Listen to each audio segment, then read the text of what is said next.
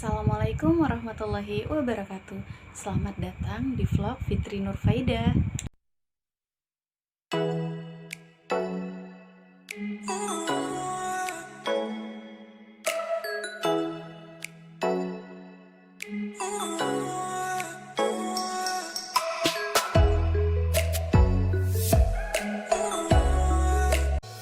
Di vlog kali ini, Ana mau share perjalanan Ana selama 1 bulan yang bisa buat Ana turun 8,5 kilo. Jadi buat kalian yang pengen turun berat badan seperti Ana tanpa minum minuman yang berhubungan dengan penurunan berat badan, mau itu obat, mau itu minuman-minuman apapun lah itu namanya ya, tetap tongkrongin terus video Ana ya. Jadi Ana histori ke belakang dulu gitu ya. Ana awal diet itu berat badan Ana 77,7 kilo dan Ana masuk kategori obesitas, mau masuk tingkat 2 gitu ya. Dan selama Ana BB segitu, Ana ada niatan memang nurunin gitu. Jadi Ana udah pernah minum obat, katanya 1 hari bisa nurunin 1 kilo udah, dan gak mempan. Terus yang kedua, Ana juga pernah minuman-minuman yang katanya bebas nanti siang makan apa gitu ya, dan itu gak mempan di Ana ya, gak mempan. Dan terakhir Ana pernah ikut olahraga senam gitu ya, macam-macam senam Ana ikutin. Alhamdulillah turun 2 kilo dan Masya Allah body bagus, terbentuk sangat bagus gitu. Cuman karena Ana fokusnya ke turun BB, jadi Ana masih kurang puas gitu. Dan Alhamdulillah Ana kepoin historinya teman gitu ya di WhatsApp, dan dia itu besarnya kurang lebih, mungkin besaran dia sedikit kali ya dari Ana, dan Masya Allah dia udah lebih kecil dari Ana. Bahkan sekarang dia pun udah lost 28 kilo. Thank you banget ya Mbak Dede ya. Dari beliau lah Ana dapat diet ini gitu, diet yang menurut Ana sangat nyaman. Dan Ana pun memulai perdiatan ini pada 28 Oktober 2020. Jadi selama perdiatan 1 bulan ini apa aja sih yang Ana lakuin? Oke, Ana akan share di video kali ini ya.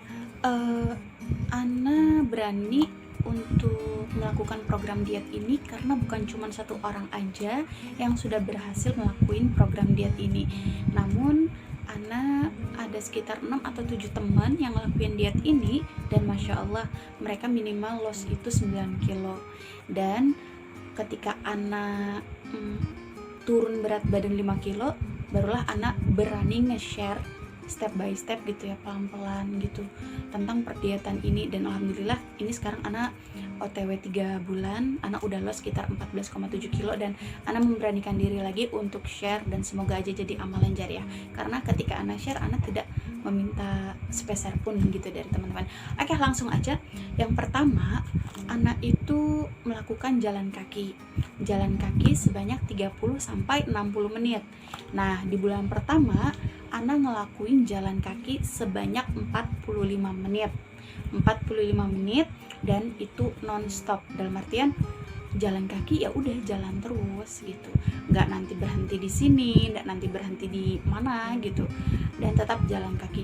Kalaupun misalnya jalan Ana sambil beli sayur gitu ke Pakle gitu ya, Ana ya sambil jalan tetap maju mundur cantik gitu, pokoknya tetap jalan. Dan jalan yang Ana lakukan itu benar-benar santai, nggak capek, nggak ngos-ngosan, nggak keringetan, mengusahakan agar tidak keringetan. Kalaupun misalnya ada matahari otomatis keringetan dong, dan itu tidak apa-apa. Ana juga jalannya di tempat yang datar, nggak naik turun tangga, Ana nggak naik turun gunung, pokoknya bener-bener jalan yang sangat santai. Dan kapan aja sih waktunya Ana jalan 45 menit selama 1 bulan itu? Ana kebanyakan waktunya itu di pagi hari, biasanya itu sekitaran jam 7 gitu ya. Ana jalan kaki gitu sebanyak 45 menit. Dan waktunya sebenarnya nggak harus pagi hari aja, bebas. Kalian mau jalan habis sholat subuh boleh, mau pagi hari boleh, mau siang hari pun boleh, tapi otomatis keringetan ya. Tapi kalau misalnya waktunya adanya di situ ya udah nggak apa-apa. Mau sore hari boleh, habis itu mau malam hari, mau tengah hari, atau mau dini hari pun itu boleh. Cuman jalan kakinya ingat banget non-stop, jangan dicicil, ntar aku mau jalan kaki 25 menit dulu, nanti malam dicicil lagi 20 menit. Ana nggak ngelakuin hal yang seperti itu. Jadi benar-benar jalan kakinya itu non-stop. Nah, kemarin ada juga temen gitu ya yang nanya di Instagram, Kak, kenapa sih kalau kita jalan 30-60 menit ini nggak perlu keringetan? Bukannya makin banyak keringat, makin banyak kalori yang dibakar.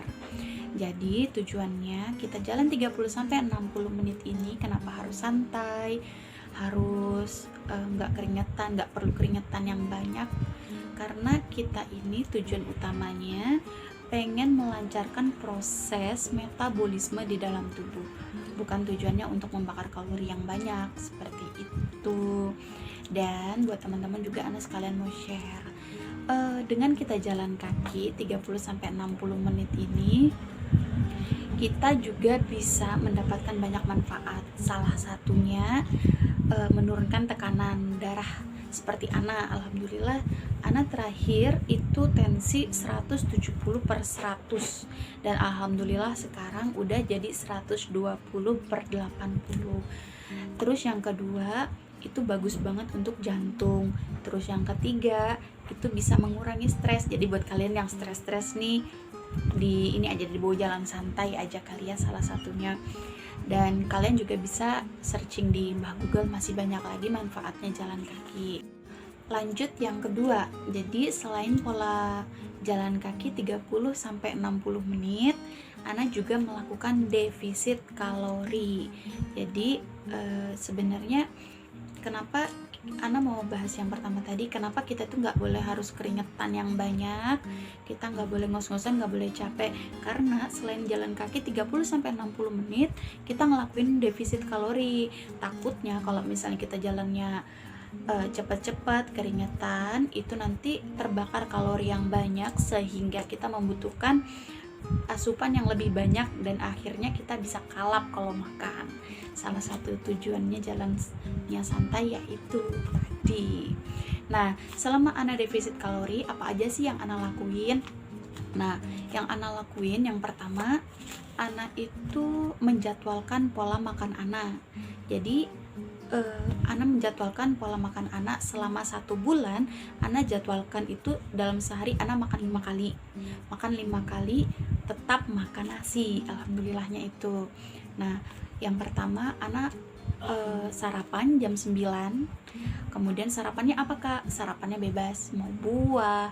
Tapi kalau Ana makannya roti gandum, kadang Ana kalau nggak kehabisan roti gandum, Ana makan putih telur aja. Kuningnya dibuang dong Kak? Enggak, kasihin orang rumah, masih banyak yang suka kuning telur gitu ya. Kemudian yang kedua, Ana makan siang. Makan siangnya masih pakai nasi. Ana makan siangnya itu 5 sendok melentung.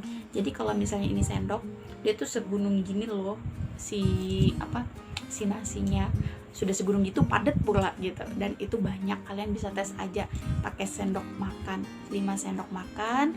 Terus Ana 1 lauk dan plus sama sayur. Kalau Ana masih makan sayur gitu ya. Dan lauknya ini bebas, mau telur, mau ikan laut, atau mau ayam itu, ataupun daging pun Ana masih makan itu semua.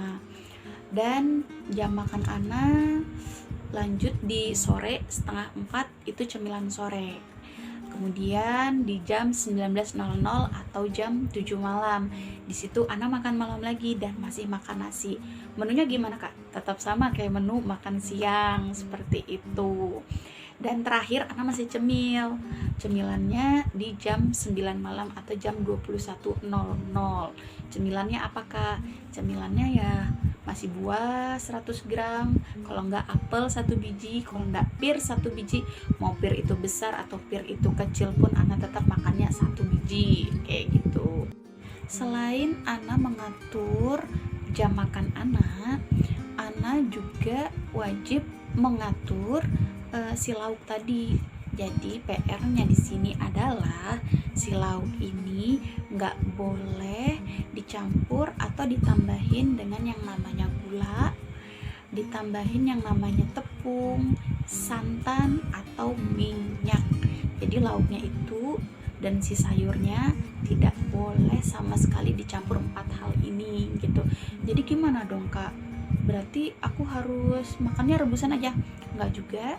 Ana masih makan nasi goreng, Ana masih makan si ayam kecap, Ana masih makan pepes, Ana masih makan apa ya, ayam kayak Kentucky gitu masih.